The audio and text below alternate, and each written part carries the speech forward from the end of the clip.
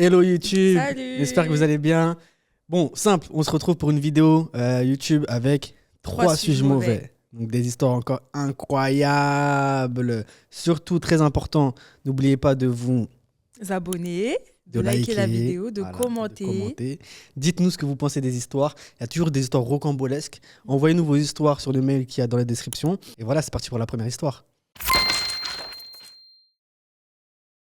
Suis-je mauvaise pour ne pas avoir dit à mes collègues que j'étais mariée et que j'avais des enfants?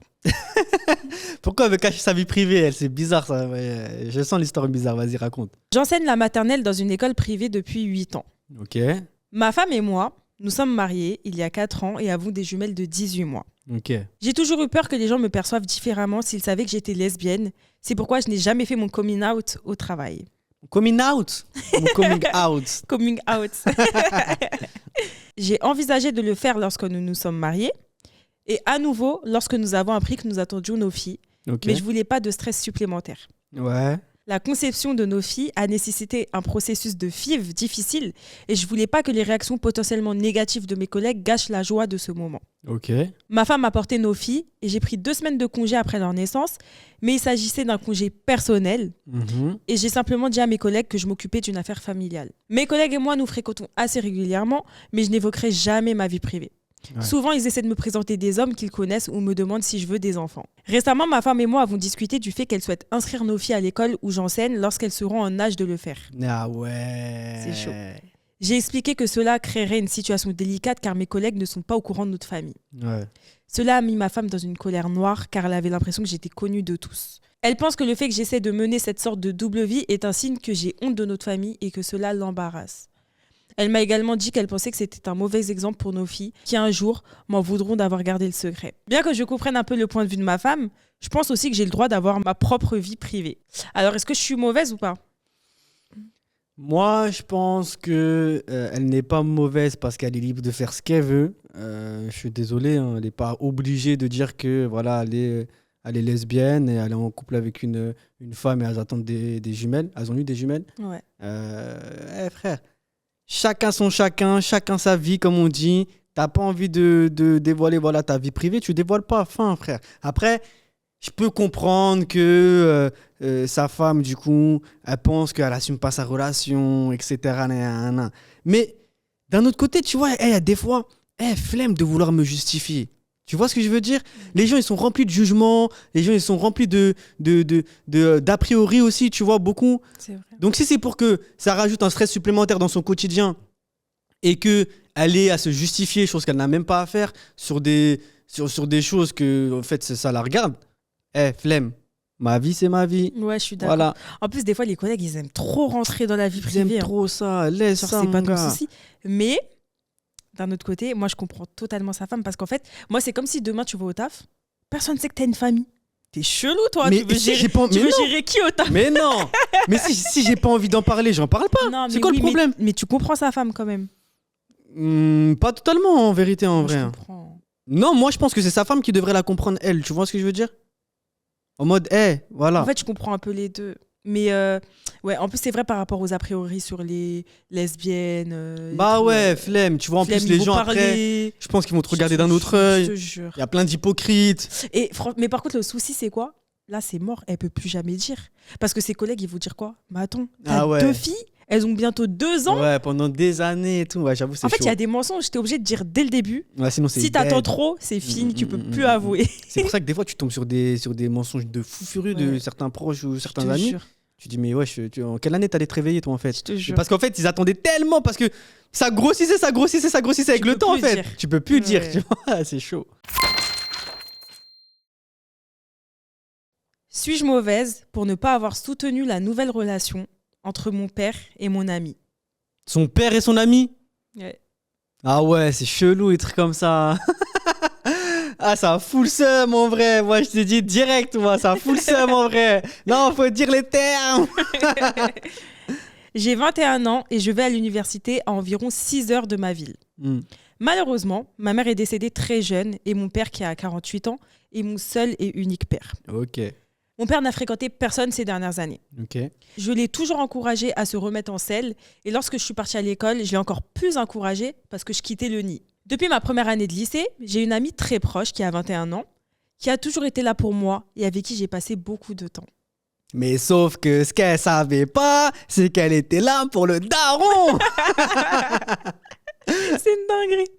Elle fréquente une université plus locale qui n'est qu'à environ 20 minutes de ma ville. Tout a commencé pendant les vacances de printemps, lorsque je suis rentrée chez moi et que j'ai remarqué que mon père envoyait des SMS à quelqu'un assez régulièrement. Ouais. J'ai aussi vu le nom de la personne qui lui envoyait des SMS une fois et je ne l'ai pas reconnu, mais c'était le nom d'une femme. Ouais. Ce n'était pas courant pour lui, alors je me suis dit qu'il était peut-être en train de relancer sa vie amoureuse après toutes ces années. J'ai rien dit à ce sujet car je voulais pas qu'il se sente bizarre ou mal à l'aise à ce propos. Ouais, je captais. Il avait l'air heureux et j'étais intérieurement heureuse pour lui. J'ai fait mes adieux et je suis retournée à l'école. Ok. Quelques semaines plus tard, alors que j'étais sur Snap, j'ai remarqué que mon ami était chez moi. Hein? Tu vois là, dans la localisation là. Ah ouais, oh là là là là là. J'ai trouvé cela étrange car elle habite pas forcément à proximité de Ok. chez moi. Cela peut paraître naïf, mais honnêtement, j'ai pas prêté beaucoup d'attention à ça. Ouais, tu te dis, bon, Ouais, c'est un tu vois, bug, c'est un bug, bizarre, tu vois. ouais. Environ une semaine s'est écoulée et j'ai décidé de rentrer à la maison un jour plus tôt parce que j'avais le sentiment que quelque chose était étrange et pour essayer de prendre mon père un peu au dépourvu. Tout était normal et il était très heureux de me voir. J'avais prévu de voir mon ami le lendemain pour le déjeuner. Mon père et moi avons passé la journée ensemble, puis nous avons commencé à regarder un film. C'est alors que cela s'est produit. J'ai vu un message sur le téléphone de mon père et c'était celui de mon ami. Ah ouais, c'est chaud. Et c'est tout ce que j'avais besoin de voir pour assembler la dernière pièce du puzzle. Mon père sortait avec mon ami. Sale. Je me suis sentie assez malade le lendemain. J'ai un peu fait semblant pour éviter la situation. Ouais. Et je me sentais aussi mal à l'aise par rapport à tout ça. J'avais l'impression qu'une couche de confiance avait été brisée et les autres détails externes, comme leur différence d'âge, m'ont fait grimacer un peu. Après 2 jours passés à la maison, j'ai pris le train suivant pour retourner à l'école. J'avais besoin de quitter la situation et de réfléchir. Après avoir réfléchi, je suis arrivée à la conclusion que cette relation ne me convenait pas. Je voulais pas que les relations individuelles que j'avais avec chacun d'eux se fondent en une seule. Je trouvais cela un peu dégoûtant. J'ai attendu la fin des examens il y a quelques semaines pour appeler mon père et lui dire que j'étais au courant. Le lendemain, mon père et moi avons discuté. Il s'est excusé et a compris pourquoi j'étais en colère, mais il s'est finalement ravisé et a dit qu'il n'arrêterait pas de voir mon ami. Il a dit qu'il se voyait depuis la fin de l'été dernier, qu'ils s'étaient attachés l'un à l'autre et qu'il n'était pas prêt à renoncer à sa première vraie connexion qu'il avait ressentie depuis tant d'années. En rentrant d'un dîner avec une amie, j'ai trouvé mon père et mon ami qui m'attendaient dans ma maison. C'était l'expérience la plus... Guet-apens. Je te jure. C'est l'expérience la plus désagréable que j'ai jamais eue avec mon père. À la fin, il a pleuré et m'a dit que je devrais comprendre parce que je sais à quel point cela était difficile pour lui.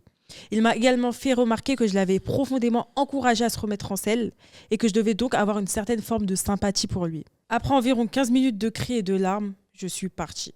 C'est chaud ou pas? Ah, c'est chaud. Après, t'as vu son Chaud, père, il fait frère. ce qu'il veut d'un autre côté. Mais moi, c'est plus sa pote. Elle est chelou. Pourquoi tu m'as jamais dit que t'avais un crush pour mon daron? Tu vois ce que je veux dire? Bah Non. pourquoi le daron il fait ce qu'il veut et sa pote elle fait pas ce qu'elle veut? Bah, oui.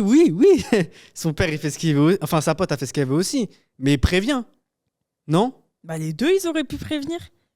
Ouais, mais le daron, c'est plus délicat, je trouve. Mais en vrai, Sa c'est bizarre. copine. En vrai, c'est chelou. Hein. J'ai accidentellement mis ma sœur enceinte. Hein? Oh, ça, c'est une dinguerie. Ma sœur et moi avons grandi très très près l'un de l'autre. Ah, je Le cas vois de le ça. Je vois ça, mon frère. Nous avons le même âge, j'ai 22 ans et elle 25. Ce qui nous a permis de vivre beaucoup de choses en même temps. Mhm. C'est pourquoi nous sommes devenus très tôt les meilleurs amis du monde. Ok. En grandissant, j'ai jamais été attirée par elle. Ouais. Je crois aussi qu'il est utile de préciser que j'ai jamais eu de fétichisme frère-sœur, Ouais. ni de fétichisme de l'inceste. Bah, là, tu l'as maintenant. Arrête, hein. Et après tout ce qui s'est passé, c'est toujours pas le cas. Bah, ouais, c'est ça, ouais. Il y a 3 ans, j'ai commencé l'université et j'ai déménagé dans une autre ville. Ok. Quelques semaines plus tard, le petit ami de longue date de ma sœur lui a demandé de l'épouser. C'était la première fois que j'étais vraiment très loin de ma famille et cela m'a beaucoup affectée. J'ai fait une grave dépression et j'ai eu le mal du pays. Environ 7 mois plus tard, j'ai pris l'avion pour rentrer chez moi et voir ma famille pour le mariage de ma sœur. C'était l'un des plus grands jours de ma vie. Voir ma meilleure amie épouser l'homme de ses rêves. Le père de son mari est incroyablement riche. Il a non seulement payé leur mariage à 100%, Ok. mais il leur a aussi acheté une magnifique maison. Ok. Je suis retournée à l'université et la vie à la maison s'est déroulée normalement. J'étais toujours très déprimée et j'avais le mal du pays. J'ai pu retourner à la maison quelques fois grâce à des vacances. La seule fois où je suis retournée chez moi en dehors des vacances, c'était pour une fête surprise à l'occasion du 30e anniversaire de mes parents. Ouais. D'habitude, quand je rentrais chez moi, mon père venait me chercher à l'aéroport et je restais chez eux dans une chambre d'amis. Mais comme il s'agissait d'un grand secret, c'est ma sœur qui est venue me chercher et je suis restée chez elle pendant les 5 jours où j'étais en ville. Ok. La fête était géniale et tout s'est très bien passé. Il y avait beaucoup d'alcool. Je savais, je m'y attendais à ça. Et j'ai bu. Mais ça n'excuse rien, mon gars. La fête s'est terminée vers 22h. Ma sœur et moi étions tous les deux passablement ivres et avons pris un Uber pour rentrer chez elle à environ 15 minutes de là. Son mari travaille de longues heures et n'a pas pu prendre son congé ce jour-là. Et lorsque nous sommes arrivés à la maison, ils dormaient déjà dans leur chambre. Nous avons décidé d'aller dans la chambre d'amis dans laquelle je dormais, juste pour rattraper le temps perdu et discuter. Nous avons bavardé pendant 1h30. On a parlé de la vie et tout le reste. Nous étions tous les deux ivres et il commençait à se faire tard. J'avais envie de faire pipi et je lui ai dit que je reviendrais tout de suite. Je me suis donc levée, je suis allée dans la salle de bain et j'ai commencé à faire pipi. Lorsque je suis revenue dans la chambre, ma sœur riait. Je lui ai demandé ce qu'il y avait de drôle et elle m'a répondu « J'ai réussi à passer 22 ans sans voir ton... » Ouais, j'ai capté. Ouais, j'ai capté. C'est une dinguerie. J'étais très confus et un peu gêné. Ouais. Je lui ai demandé de quoi elle parlait. Elle m'a répondu qu'elle pouvait voir dans le miroir de la salle de bain l'endroit où je me tenais pour faire pipi. J'ai capté. Alors ça valait le coup d'attendre. Je lui ai dit... lui répond ça. C'est chelou, lui. Juste comme ça, l'ambiance de la pièce a complètement changé. C'était comme si quelqu'un avait appuyé sur un interrupteur. Nous avons continué à plaisanter pendant quelques minutes quand Plaisanter, c'est ça. Ouais. Quand sorti nulle part, j'ai commencé à l'embrasser sur les lèvres de manière assez vas-y, agressive. arrête la story, s'il te plaît. Vas-y, viens, on se barre.